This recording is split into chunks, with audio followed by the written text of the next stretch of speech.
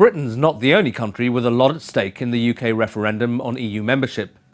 The country's key trading partners are also watching the vote very closely, none more so than Ireland. So what is the Irish view of a possible Brexit? With me is Danny McCoy, CEO of Ibec, the main Irish business federation. Danny, are you watching this closely, and do you have a view on how you want it to turn out? Oh, definitely, Gideon. I think this in a generation is by far the biggest decision for Ireland, not just Britain. So we really want Britain to remain, because that's really dominant for Britain, obviously, but clearly for Ireland as well, and Europe more generally. So we're definitely for a remain. What would be the consequences you'd fear if Brexit were to occur? Well, I think it's the income effect, really, as opposed, some people put forward that there may be a substitution effect of movement of capital from Britain to Ireland. There may be some of that, but I think it'll be completely dominated by the income effect of a less effective Europe, the uncertainty to be created in the short term around trade agreements and so on. So can't see any upside really for this.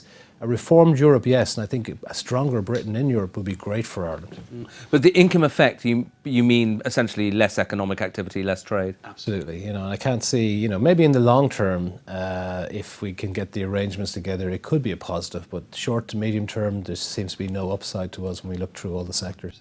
But playing devil's advocate, we're sitting here looking out over the city.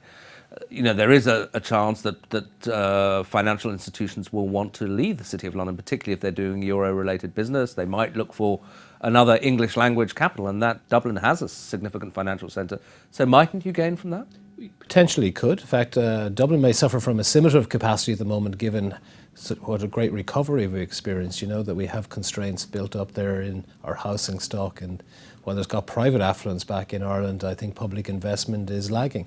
Mainly got to do with European rules. So, we really like to see Europe being more effective, and with Britain in there, I think we would have a great ally, more Anglo-Saxon view of the world, be very helpful for Ireland.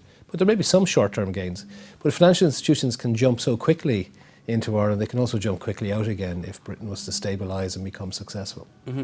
And do you think, you say if Britain were to stabilise and become successful, is another possible angle for Ireland of a Brexit that Britain would be freed from some kind of state aid rules and would start perhaps competing with Ireland, which has done very well in terms of attracting foreign direct investment? Absolutely. In the last decade, Britain has become Ireland's biggest competitor for foreign direct investment. Ireland has had many decades where it had first mover advantage, and the extent of US FDI in Ireland is immense. But Britain has really been a strong competitor in the last number of years, which is a good thing, because we're on the same team, we're just fighting for a position.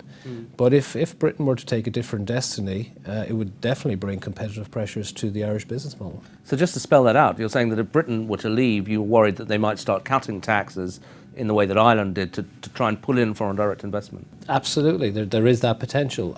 So, there's not a real win-win situation here for us, but I think actually the loss of Britain to Europe would far outweigh the kind of dynamics between the scale of what happens in Britain to Ireland. I think the overall impact of losing what, in a generation will be the biggest economy in Europe, the continent's that is just too big a risk, and so we really want Britain to remain.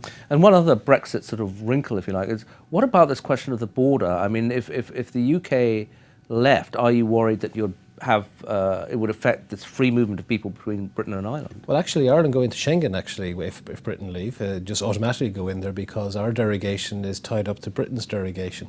And so, you will have a border between the European Union and a non-EU.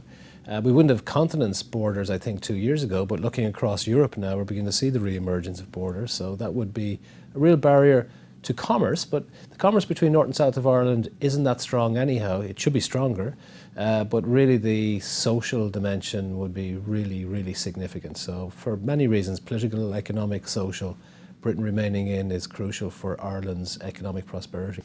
And more broadly, what about the state of the Irish economy? Because obviously you had a really rough time after the financial crisis, bailouts, big increase in public sector debt, but growth figures are pretty good now, yeah?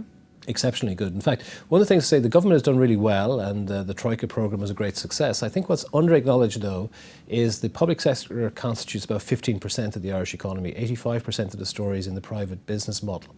That had transformed in 07-08. By summer of 2009, we could see that recovery coming. Our balance of payments are in large surplus, record year after record year for exports. And so the business model has actually been the key determinant for getting Ireland out of that crisis. Last year, the economy in money terms grew by 13.5% in GDP. So we're seeing our debt to GDP ratios fall from about 125% to about 94% now. We think it'll be lower than 80% by the end of 17. So we don't have a debt overhang, which a lot of people said would choke us. What we do have a problem with, though, is getting public investment because we're running up against the fiscal rules. And we've got an expanding population, lots of opportunity to invest, low interest rates. We're constrained from just the inappropriateness of the rules right now for an economy that's expanding and needs to put in public investment. So last question, it sounds to me like you very much agree with the Italian side of the argument against the Germans, that the Stability and Growth Pact, or whatever we call it these days, is just not appropriate. Oh, it is appropriate for current expenditure, don't get me wrong. I think it is crucial that we don't have a beggar thy neighbour by, irresponsible policies. But after a decade where investment right across Europe has been deficient, I think we have to take the investment piece out, even if it's only for a decade, to get Europe back into that public infrastructure that it needs to ensure that it can kick on to be the best economy in the world. Okay. Danny McCoy, thank you very much indeed for joining us here at the FT. Thank you.